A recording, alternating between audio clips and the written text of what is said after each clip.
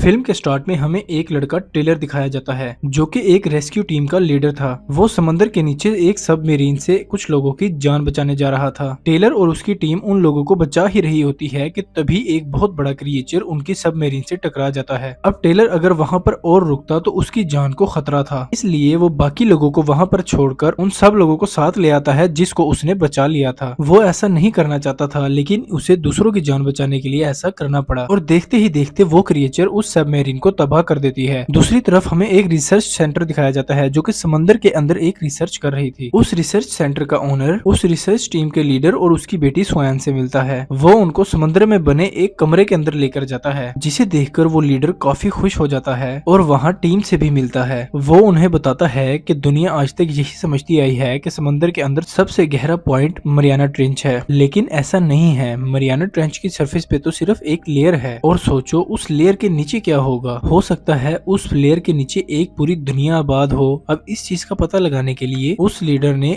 पानी के अंदर एक ग्लाइडर भेजा था जिसमें 3 लोग थे और आखिर अब वो लोग मरियाना ट्रेंच पहुंच ही जाते हैं। उस ग्लाइडर को एक लड़की चला रही थी कि तभी उसका टीम मेंबर कहता है कि अब वक्त आ गया है कि हम मरियाना ट्रेंच के नीचे जाएं और वो उसे उस जगह को क्रॉस करने का कहता है और वो लड़की आहिस्ता आहिस्ता से ग्लाइडर मरियाना ट्रेंच के नीचे ले जाती है। जैसे ही वो उस लेयर को क्रॉस करती है तो वो ये देखकर हैरान रह जाती है कि उसके नीचे वाकई ही एक दुनिया थी। वहाँ पर बहुत ज्यादा मछलियाँ और अजीबोगरीब क्रिएचर्स थे। वो काफी हैरान होते हैं, लेकिन साथ ही साथ वो खुश भी थे क्योंकि वो पहले लोग थे जिन्होंने मरियाना ट्रेंच के नीचे भी एक जगह ढूंढ ली थी। अब इसी दौरान एक अजीब सी चीज उनके ग्लाइडर के साथ टकराती है तो तभी लड़की रिसर्च सेंटर कॉल करने की कोशिश करती है, लेकिन कनेक्शन भी चला जाता है। अब वहाँ का ओनर कहता है कि उन्हें हमारी मदद चाहिए और उन्हें बचाने के लिए हमें किसी न किसी को तो समंदर के नीचे भेजना पड़ेगा। कहता है कि आज तक सिर्फ हमारी टीम में से टेलर ही सिर्फ वहां तक जा चुका है, तो वो उसे बुलाने का कहता है। लेकिन उनमें से एक टीम मेंबर कहता है कि नहीं, हम टेलर पर ट्रस्ट कैसे करें, लास्ट टाइम भी उसने सबमरीन में से कुछ लोगों को मरते हुए छोड़ दिया था। लेकिन तभी उस टीम में से उनका लीडर बोलता है कि हमारी मदद टेलर के अलावा और कर भी कौन सकता है, तो इसलिए हमें उसे बुलाना पड़ेगा। अब हम देखते हैं कि टेलर को जॉब से निकाल दिया गया था, तो वो इस वक्त थाईलैंड में रह रहा था। अब रिसर्च सेंटर का ओनर और लीडर उसे लेने थाईलैंड जाते हैं और कहते हैं कि हमें तुम्हारी रिसर्च सेंटर में जरूरत है, लेकिन टेलर वहाँ उन्हें मना कर देता है। वो उसे कहते हैं कि तुम इंसानियत के नाते ही आ जाओ। तो दूसरी तरफ हम देखते हैं उस लीडर की बेटी स्वयं को टेलर पर बिल्कुल भी ट्रस्ट नहीं था, तो वो खुद ही अपनी सबमरीन लेती है और वहाँ से चली जाती है। अब वो ओनर और लीडर टेलर को लेकर दोबारा वापस रिसर्च सेंटर आते हैं, तो लीडर को पता चलता है कि मेरी बेटी अकेली ही सबमरीन में चल पड़ी है और फिर टेलर को एक बहुत ही अच्छी सबमरीन दी जाती है। तो वो जब उस सबमरीन में जाता है तो वहाँ पर स्वयं की बेटी होती है। तब वो उसे कहती है कि प्लीज मेरी मोम को अच्छे से वापस ले आना। टेलर उससे प्रॉमिस करता है और उसे बाहर छोड़ देता है और फिर इसके बाद वो समंदर में निकल पड़ता है। वहाँ पर स्वयं उन 3 लोगों के पास पहुंच चुकी थी कि तभी एक अजीब सी क्रिएचर उसकी सबमरीन को टक्कर मारती है और वो बहुत खौफनाक ऑक्टोपस था। वो पूरी तरह से सबमरीन पर चिपक गया था, लेकिन तभी स्वयं देखती है कि उसने अब सबमरीन को छोड़ दिया है क्योंकि एक शार्क ने उस ऑक्टोपस पर हमला कर दिया था और वो शार्क बहुत ज्यादा बड़ी थी। तभी वहाँ पर टेलर भी आ जाता है और वो स्वयं से कहता है कि तुम अपनी सबमरीन लेकर यहाँ से चली जाओ क्योंकि अब ये डैमेज हो चुका है। और फिर टेलर अपनी सबमरीन लेकर अपनी एक्स वाइफ और उसके टीम मेंबर्स को बचा लेता है। भी वहाँ पर वो एक बड़ी सी शार्क आती है जिसका नाम मैक था और उसी के नाम पर ये मूवी बनी है। लेकिन अब उनका एक टीम मेंबर सबमरीन में आने से इनकार कर देता है। वो कहता है कि मैं बच तो नहीं सकूंगा, लेकिन इस चक्कर में तुम भी मारे जाओगे, और वो खुद को ग्लाइडर में बंद कर लेता है कि तभी वो मैक शार्क उसकी तरफ बढ़ती है और उसे मार डालती है। अब सब लोग काफी अपसेट थे क्योंकि वो उसे बचा नहीं पाए और फिर हम देखते हैं कि वो सेफली रिसर्च सेंटर तक पहुंच गए हैं। यहाँ पर ये लोग मैक के ऊपर रिसर्च करते हैं, तो तभी इन्हें पता चलता है कि ये काफी लाख साल पहले मारी जा चुकी है, लेकिन इनमें से कुछ मरियाना ट्रेंच के नीचे रह रही थी। ये इतनी बड़ी हैं कि ये एक साथ 3 शार्क को खा सकती हैं। अब ये लोग सोच रहे थे कि इस पर रिसर्च करना भी बहुत मुश्किल है क्योंकि ये बहुत खतरनाक है। फिर हम देखते हैं कि स्वयं की बेटी नीचे एक कमरे में जाती है जहाँ से समंदर साफ नजर आ रहा था। वो वहाँ पर खड़ी होती है तो अचानक से मैक शार्क वहाँ पर आ जाती है और उस पर अटैक करने की कोशिश करती है। वो अपने दांत वहाँ पर लगे बुलेट प्रूफ शीशे में दे मारती है। वो शीशा तो नहीं टूटता, लेकिन उस पर उसके दांत के निशान रह जाते हैं। सब लोग उस बच्ची की चीख की आवाज सुनकर नीचे आते हैं और तभी वहाँ पर एक छोटी ब्लू व्हेल आती है। तो तब ये सब लोग समझते हैं कि उस ब्लू व्हेल को देखकर ये छोटी बच्ची डर गई है, मगर तभी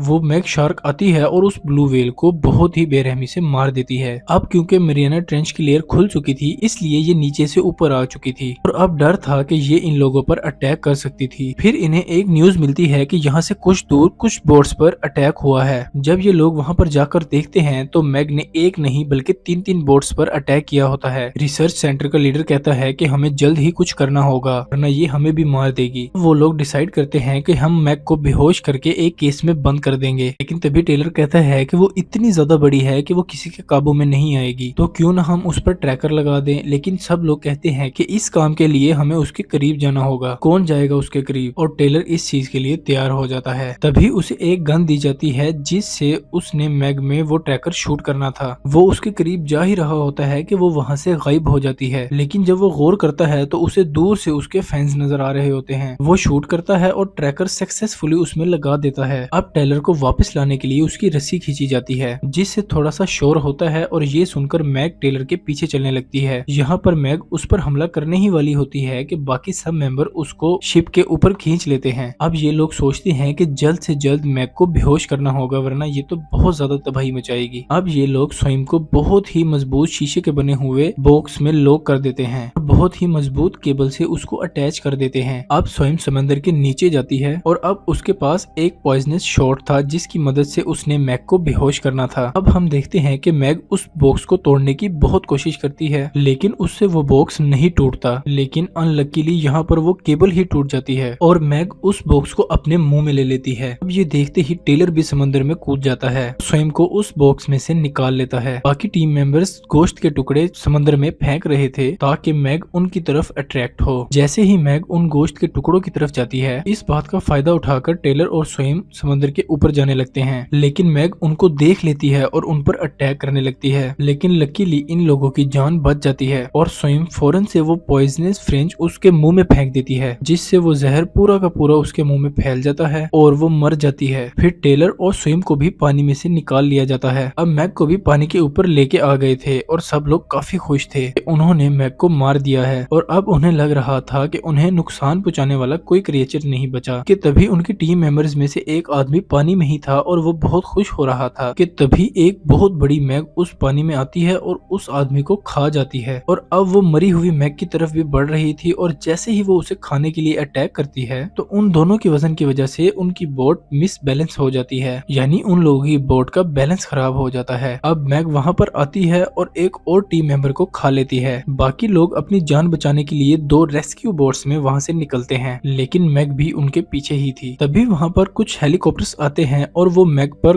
गोलियां चलाकर उसे वहां से भगा देते हैं। लेकिन हम देखते हैं कि उस रिसर्च सेंटर का जो लीडर था वो काफी जख्मी हो चुका था और अनलकीली उसकी यहाँ पर मौत हो जाती है। स्वयं अपनी फादर की डेथ को लेकर काफी रोती है, लेकिन तभी टेलर वहाँ पर आता है और उसे समझाता है कि सब ठीक हो जाएगा। अब ये लोग रिसर्च सेंटर वापस आ चुके थे तो यहाँ का ओनर इन्हें बताता है कि मैंने चाइनीज आर्मी को बुलाया है जो कि आकर मैग को मार देगी और आप सबको भी सेफ जगह पर छोड़ आएगी। वो कहता है कि मैं इस रिसर्च सेंटर को भी बंद कर दूंगा और इसी के साथ वो एक हेलीकॉप्टर में बैठता है और वहाँ से जाने लगता है। और तभी हमें पता लगता है कि वो झूठ बोल रहा था कि उसने चाइनीज आर्मी को बुलाया है। वो खुद ही मैग का मुकाबला करना चाहता था और उसके लिए उसने बहुत ही सारे एक्सप्लोजिव्स और टूल्स मंगवाए थे। अब हम लोग देखते हैं कि वो मैग पर एक बॉम्ब ब्लास्ट करते हैं जिसकी वजह से बहुत बड़ा एक्सप्लोजन होता है और वो देखते हैं कि गोश्त के बड़े बड़े टुकड़े पानी में फैल चुके हैं। तो वो ओनर समझता है कि उसने मैग को मार डाला, तो वो बोट्स में बैठे बाकी मेंबर से कहता है कि उसके पास जाकर देखो कि क्या वो वाकई में ही मैग है। पास जाने पर उन्हें पता चलता है कि ये मैग नहीं बल्कि एक बहुत बड़ी वेल थी। अब उनका ओनर बोट से अनलकीली पानी में गिर जाता है। अब मैग भी वहीं पर थी। वो खुद की जान बचाने के लिए उसी वेल पर जाता है, उसी वेल पर जो मर चुकी थी, लेकिन मैग वहां आकर उसे खा लेती है और वो मर जाता है। अब दूसरी तरफ रेस्क्यू टीम को पता चलता है कि वो ओनर झूठ बोल रहा था, हमारी मदद करने के लिए कोई भी नहीं आएगा। तो तभी टेलर कहता है कि हम सबको मिलकर उसका मुकाबला करना चाहिए। अब वो लोग मैप पर देखते हैं कि एक पेज है जहाँ पर बहुत सारे लोग वेकेशंस मनाने आए हुए हैं और ट्रैकर से पता चलता है कि मैग भी वहीं आसपास ही है। वो लोग कहते हैं कि इतने सारे लोग देखकर मैग उन पर जरूर अटैक करेगी, तो वो लोग फौरन से मैग को रोकने के लिए उस बीच पर जाते हैं, लेकिन उनसे पहले ही मैग वहां पर पहुंच चुकी थी और समुद्र में इतने सारे लोग देखकर वो उन पर अटैक कर देती है और उन्हें खाने लगती है। लेकिन तभी टेलर भी अपनी बोट लेकर वहां पर पहुंच जाता है। वो यहाँ पर एक ट्रिक खेलते हैं। वो पानी के अंदर एक ऐसा सेंसर लगाते हैं जो कि व्हेल मछली की आवाज निकाल सकता था। वो उसको ऑन करते हैं तो मैग को लगता है कि यहाँ पर कोई वेल है और वो उस तरफ बढ़ती है उसका शिकार करने के लिए। अब दूसरी तरफ टेलर और स्वयं इस इंतजार में थे कि कब वो यहाँ पर आए। अब मैग उनके बहुत करीब आ चुकी थी तो इसलिए वो अपने ग्लाइडर्स वहाँ से कुछ दूर ले जाते हैं। उनके ग्लाइडर्स में एक रॉकेट लॉन्चर भी था जिसकी मदद से वो उस पर अटैक कर सकते थे। अब हम देखते हैं कि मैग भी उनके पीछे पीछे ही होती है और वो ग्लाइडर से टकरा जाती है, जिसकी वजह से ग्लाइडर का लॉन्चर बटन खराब हो जाता है और अब मैग मुसलसल उस ग्लाइडर पर अटैक कर रही थी। लेकिन तभी टेलर यहाँ चालाकी से काम लेता है और उस ग्लाइडर को टेढ़ा करते हुए ऐसे उस मैग के पास से गुजारता है, उसकी नुकीली चीज मैग की बॉडी को चीरते हुए वहाँ से निकल जाती है। अब मैग शार्क का जिस्म काफी ज्यादा जख्मी हो चुका था